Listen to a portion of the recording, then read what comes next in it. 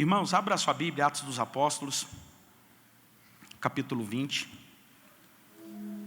versículo de número 7 em diante. E no primeiro dia da semana, ajuntando-se os discípulos para partir o pão, Paulo, que havia de partir no dia seguinte, falava com eles e prolongou a prática até a meia-noite. E havia muitas luzes no cenáculo onde estavam juntos. Então, estando um certo jovem, por nome Eutico, assentado numa janela, caiu do terceiro andar, tomado de um sono profundo que lhe sobreveio durante o extenso discurso de Paulo, e foi levantado morto. Verso 10. Paulo, porém, descendo, inclinou-se sobre ele e, abraçando, disse: não vos perturbeis, que a sua alma nele está. Verso 11. E subindo e partindo o pão e comendo, ainda lhes falou largamente até a alvorada, e assim partiu. E levaram vivo o jovem e ficaram não poucos consolados. Amém? Irmãos, quero ser bem rápido aqui naquilo que Deus falou comigo. Se fosse para intitular esse sermão, eu colocaria assim: pessoas na janela. Pessoas na janela. Aqui nós vemos Paulo pregando a palavra, ensinando aquele povo, e o texto diz que ele vai prolongar até a meia-noite essa palavra. E o texto diz que esse moço, ele vai escolher um lugar, e o lugar que ele escolhe é a janela. E eu começo fazendo aqui algumas perguntas, porque eu queria descobrir o que levou este moço a escolher a janela. O lugar estava cheio. Se estava cheio e ele conseguiu chegar até a janela, então dava para ele ficar em outro lugar a não ser a janela. O texto diz que havia várias luzes. Não era dessa luz aqui, eram tochas.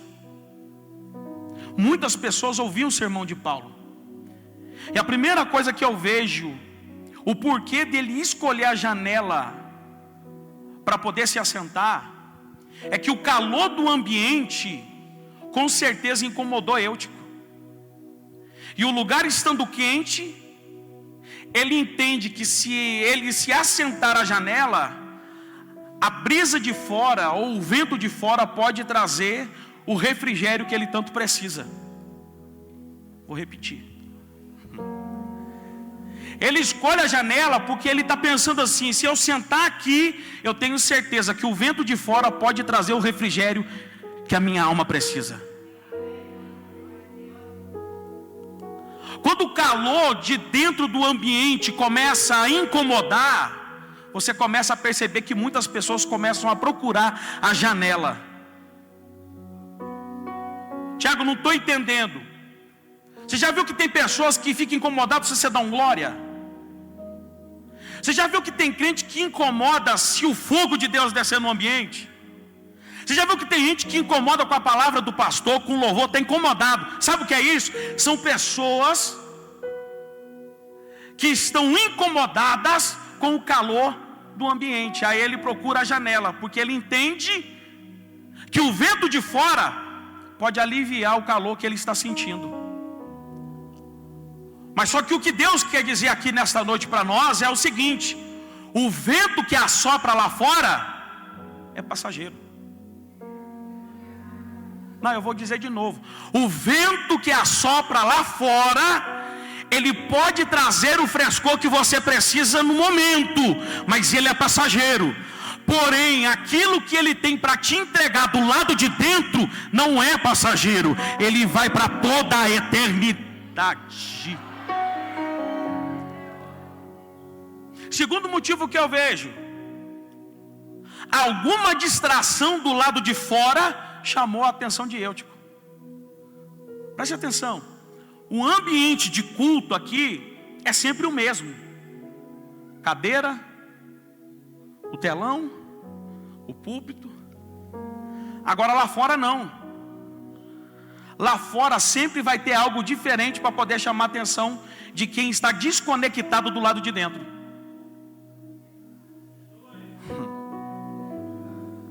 com certeza algo lá fora chama atenção, porque algo de fora só chama atenção quando eu não estou conectado com o lado de dentro. Aí ele vai para a janela. Agora preste atenção. Você já viu aquela palavra assim, que a grama do vizinho parece sempre ser mais verde do que a tua grama? O casamento do fulano parece ser melhor do que o meu. O filho do outro parece ser melhor do que o meu. Isso é apenas uma ilusão do inimigo, para poder te atrair. Porque você olha e diz, o ambiente de fora sempre é diferente. Mas o que vai mudar a tua vida e a tua história não é o ambiente, mas é o poder de Deus que desce sobre o ambiente. Então olha isso. São esses dois motivos, eu quero ser bem rápido aqui. São esses dois motivos que eu vejo pelo qual ele procura a janela. Agora escuta isso. Lugar de crente não é na janela. Por que existem pessoas que continuam na janela? Porque são pessoas que amam os dois ambientes. Ele gosta do ambiente de dentro, mas também gosta do ambiente de fora. Ele gosta da palavra da igreja, mas ele também gosta das coisas do mundo. Ele acha bacana esse mover de santidade, de busca, de consagração, mas ele também gosta da promiscuidade do mundo. São pessoas que não conseguem se decidir e vivem sempre em dois ambientes. Não conseguem se decidir. E hoje Deus nos trouxe aqui para poder falar só uma coisa: vai ficar do lado de dentro ou do lado de fora? É um ou outro. Ou você é quente, ou você é frio. Morno, Deus. Tem até uma história que é assim: um rapaz estava em cima do muro. De um lado estavam os anjos e do outro lado estava o diabo. Aí os anjos ficavam assim: vem para o lado de cá, vem para cá, vem para cá. Aí quando ele olhava para o diabo quieto, não falava nada. Ele olhava para os anjos dizendo: vem para cá, vem para cá, vem para cá. Quando ele olhava para o lado de lá, o diabo quieto. Aí ele olhou para o diabo e falou assim: peraí, eles estão gritando, pedindo para ir para o lado de lá, por que você não fala nada? Ele falou assim: para que eu vou falar se você já é meu?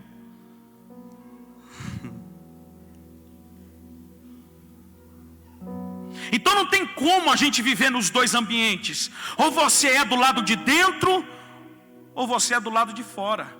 E agora eu gostaria de ilustrar para você aqui pessoas que ficaram na janela. Primeira, 2 Samuel capítulo de número 6. Uma mulher chamada Mical. A Bíblia diz que o rei Davi está vindo com a arca da aliança. A arca estava fora. Quando Davi se adentra à cidade, a Bíblia diz que ele começa a bailar. Ele arranca a sua roupa, ele fica com uma estola sacerdotal, ele começa a bailar, ele começa a sentir a presença de Deus. O texto diz que as pessoas se alegravam, mas só que Mical foi para a janela. E na janela ela ficou olhando e criticando a atitude do rei. Porque pessoas nas janelas, elas não sabem fazer outra coisa a não ser criticar.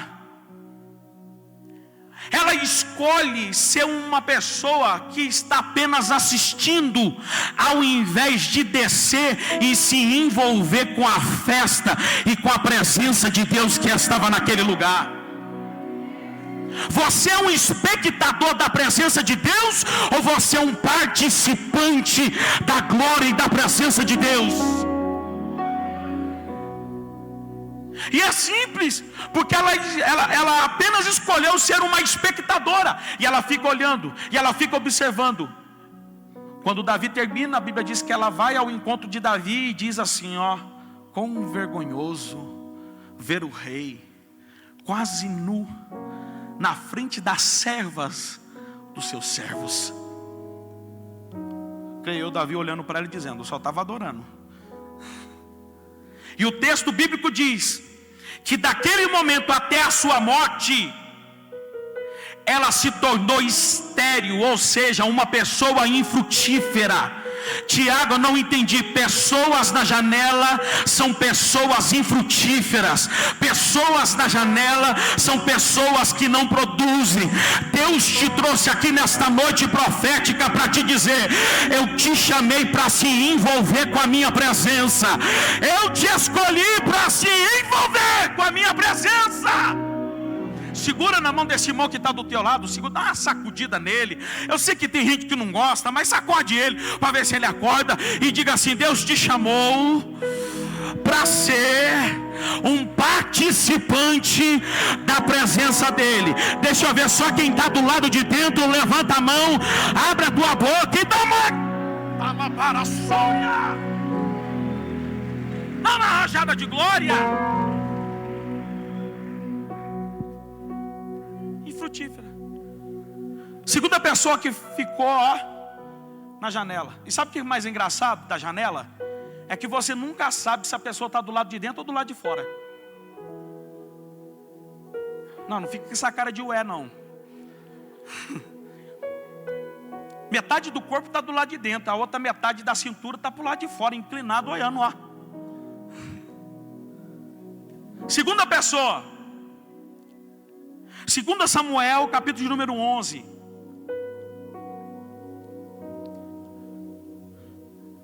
Se você começar a ler do primeiro versículo, está escrito assim, e no período dos reis saírem à peleja, Davi resolveu ficar em casa. Era tempo dos reis ir para a batalha, mas Davi, vou ficar em casa hoje. Vou curtir a TV de 70 polegadas.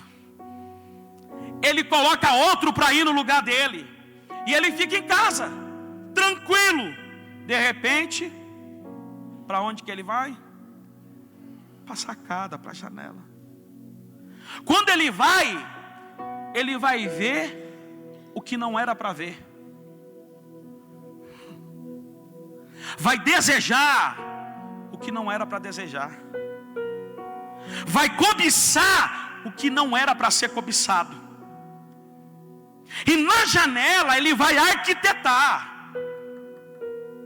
Ele vai cometer um adultério e um homicídio. Qual foi a consequência de tudo isso? Davi foi um ótimo guerreiro. Davi foi um ótimo rei. Mas foi um péssimo chefe de família. A decisão de ter escolhido naquele momento a janela levou ele a ter uma desgraça dentro da própria casa. Um filho vai ficar com a outra filha, 2 irmãos. O outro irmão fica sabendo, mata o irmão. Olha para você ver a consequência do comodismo e da escolha da janela. Dentro da própria família, um incesto, um assassinato e um filho que o perseguia. Olha para o irmão que está do teu lado e fala assim: você tem que sair do comodismo, viu? Olha para mim. Eutico significa, o nome Eutico significa afortunado. O que é uma pessoa afortunada? Uma pessoa abastada. Quem não tem falta de nada?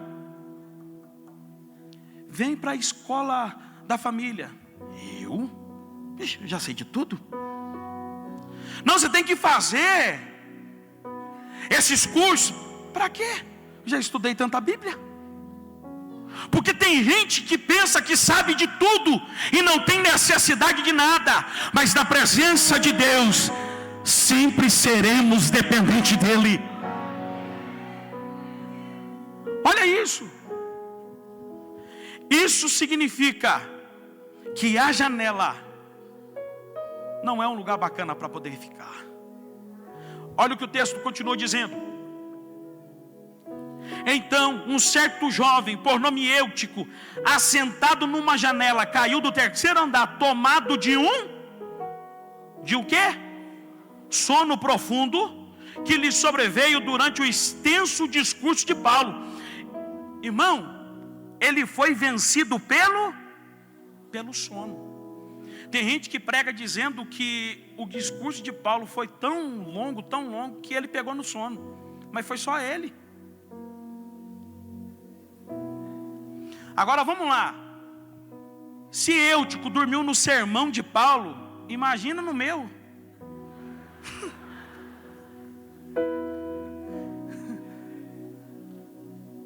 Não foi por causa do discurso de Paulo, foi por causa da escolha.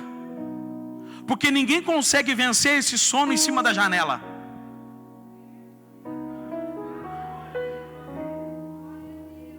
Eu posso falar algo para você dar uma glória a Deus aí? Não sei se você vai dar, né? Mas olha só. Antes dele cair no chão e ser dado como morto, para mim, Eutico já estava morto. Porque uma vez que você está num ambiente e você é vencido pelo sono, então isso mostra que você já está morto. O que é ser vencido pelo sono? Quem aqui já foi assistir TV cansado? Eu vou assistir esse filme. Quantos minutos? Lá em casa minha esposa não dura 5. Aproveitar que ela não está aqui, eu posso falar mal. Mas ela está assistindo. Só 6 filhos, né? Dá 5 minutos. Aí eu olho para ela. Amor, tá dormindo? Não, tô dormindo não. Não dá para lutar contra o sono. O campo de batalha que ele está, não tem como ele brincar. E ele foi vencido por causa da escolha.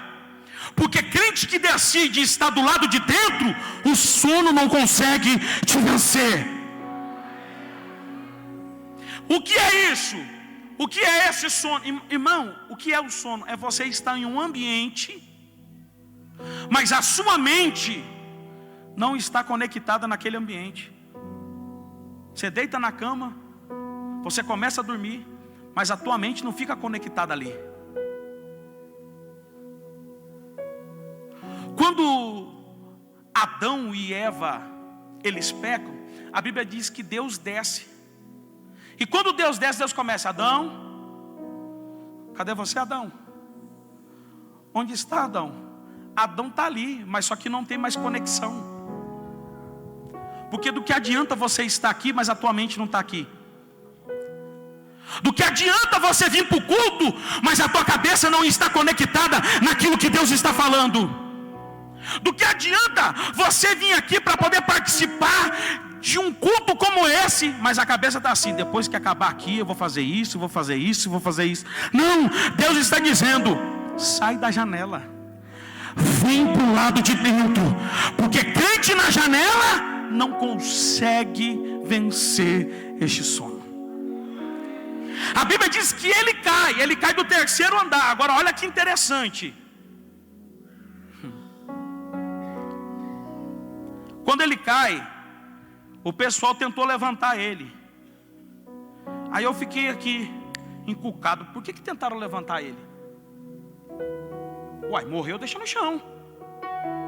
Mas levantou. Por que levantou? Porque eles queriam que Paulo continuasse. Mas a notícia chega até Paulo. Quando a notícia chega até Paulo, sabe o que Paulo fez? Paulo para o sermão, desce, se inclina e abraça o morto. Você não entendeu? Por que Paulo parou de pregar? Porque Paulo parou o sermão. Porque o discurso de Paulo não era mais importante do que a vida que caiu e estava morta do lado de fora. Não entendeu ainda? As suas palavras nunca serão mais importantes do que a sua atitude.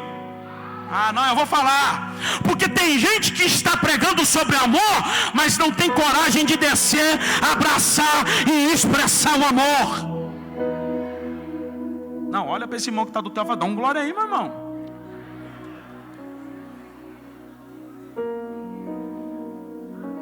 A mensagem de Paulo não é mais importante do que a vida que está caída. Então ele para, porque a minha atitude sempre será mais importante do que as minhas palavras. Paulo desce, e a Bíblia diz que o moço vai ressuscitar. O moço vai o quê? E como que ele ressuscitou? Com um abraço. Não foi uma oração longa, não foi através de uma revelação. A Bíblia diz que foi através de ele abraçou o morto. Sabe qual é o problema? Ninguém quer abraçar morto.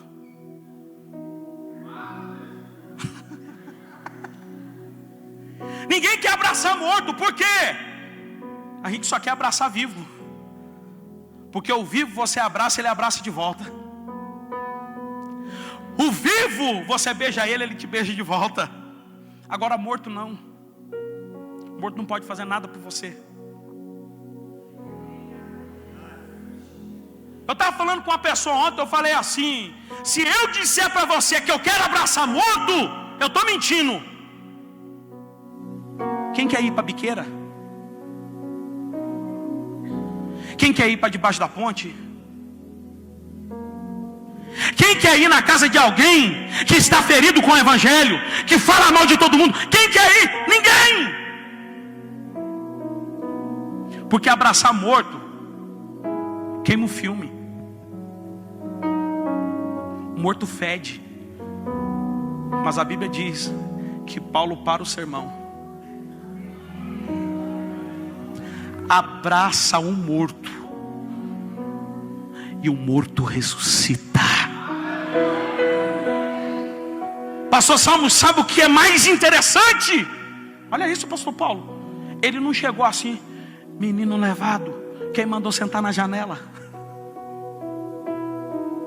Ele não vem com julgamentos, ele simplesmente abraça e o menino levanta. Eu vou contar um testemunho, irmãos, eu juro, eu ia pregar outra mensagem, mas só que Deus me deixou. Olha aqui, é sério. Nós começamos o trabalho lá em Minas, e 3 meses ali, ó, nada. E ninguém para ajudar. Todo mundo que falou que me ajudar rachou fora. Todo mundo rachou fora.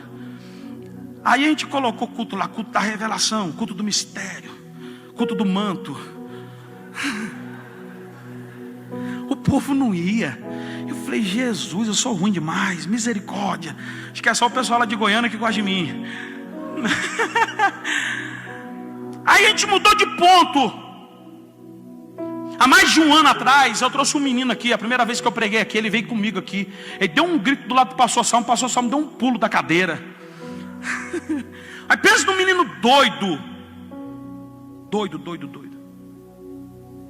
Quando ele veio comigo aqui, ele estava há mais de mês, quase 1 ano, na casa de recuperação por causa de droga. Trouxe ele aqui. A gente rodou aqui em Goiás, aprontou comigo.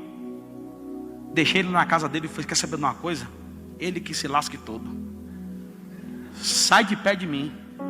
Esse negócio aqui fede demais. Ele se afastou, se afundou nas drogas, na bebida. Todo mundo virou as costas. Aí eu estava lá em casa. Aí uma mensagem chegou do número estranho. Era ele. Aí lá na minha cidade todo mundo me chama de Japão. Ele falou assim: ô Japão, me perdoa. Você é o único amigo que eu tenho. Me ajuda. Eu falei: vem aqui em casa. Aí ele chegou lá em casa. Quando ele chegou em casa, ele veio querer falar. Eu falei: não, chega, está resolvido. E comecei a conversar com ele. Vamos para a igreja. Faça lá em casa amanhã. Eu chegava na casa dele, ele tinha virado à noite, bebendo, se drogando. Eu cheguei um dia lá, ele estava muito louco. Eu falei: e o evangelismo? Você falou que ia comigo para o evangelismo. Ele falou assim: não dá para mim ir, olha o jeito que eu estou. Eu falei: vai do jeito que você está. Ele falou: não, mas o povo vai perceber não, fica quieto. Se você fechar a boca, que ninguém vai sentir o cheiro de álcool. Ele falou: não posso, eu não consigo fazer isso, porque as coisas de Deus são santas. Eu falei: vai do jeito que você está, rapaz. Eu saí, ele não quis ir. Depois a mãe dele falou para mim que ele tomou um banho correndo, saiu, procurou, não me achou. E eu fui insistindo, insistindo. Sabe quem está cuidando da igreja lá?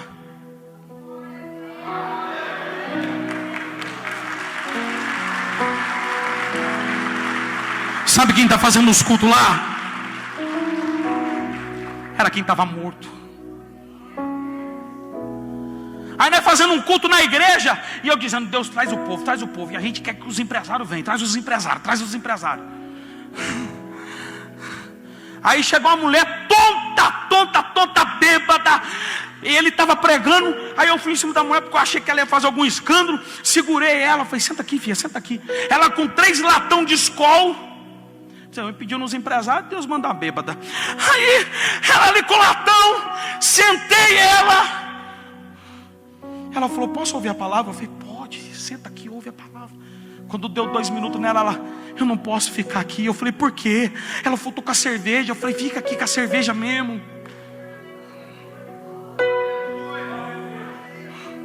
Acabou o culto, a gente orou para ela, ela aceitou Jesus.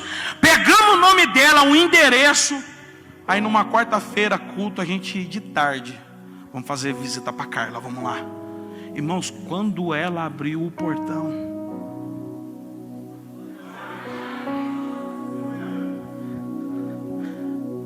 fomos para o culto. A primeira pessoa que chegou para o culto,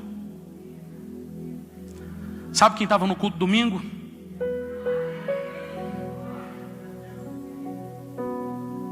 Olha para quem está do teu lado e fala assim: chegou a hora de abraçar os mortos.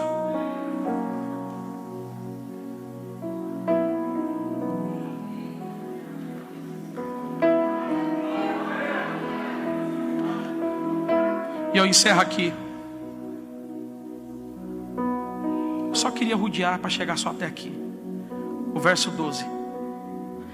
E levaram o quê? E levaram o jovem. E ficaram não um pouco consolados. Só houve consolo depois que o morto ressuscitou. Posso te dar outro exemplo? Eu conduzia alguém todo dia para casa morto.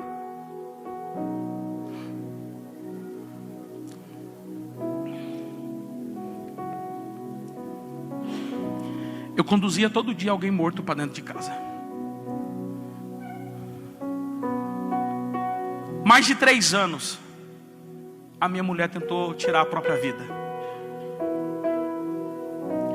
Tiago, você é louco? Como é que você conta um negócio desse em cima do altar? É minha vida. A gente veio na reunião aqui em dezembro, e ela me falou no dia 31 de dezembro. Ela falou assim: depois de Goiânia eu me mato.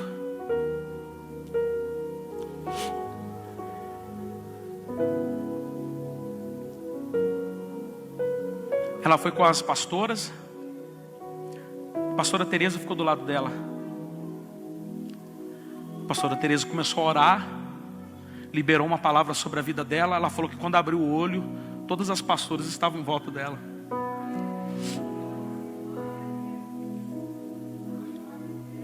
Quando ela estava saindo, a pastora Cássia olhou para ela e falou assim: perdoa. E ela falou para mim assim, ó: aquelas palavras, aquele abraço me trouxe a vida.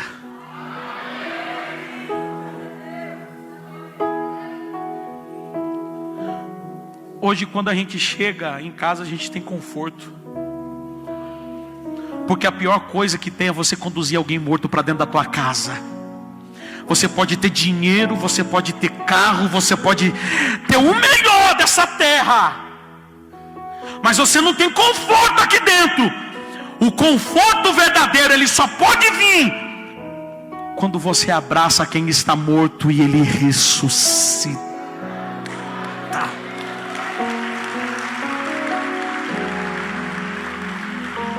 Fica de pé no nome de Jesus.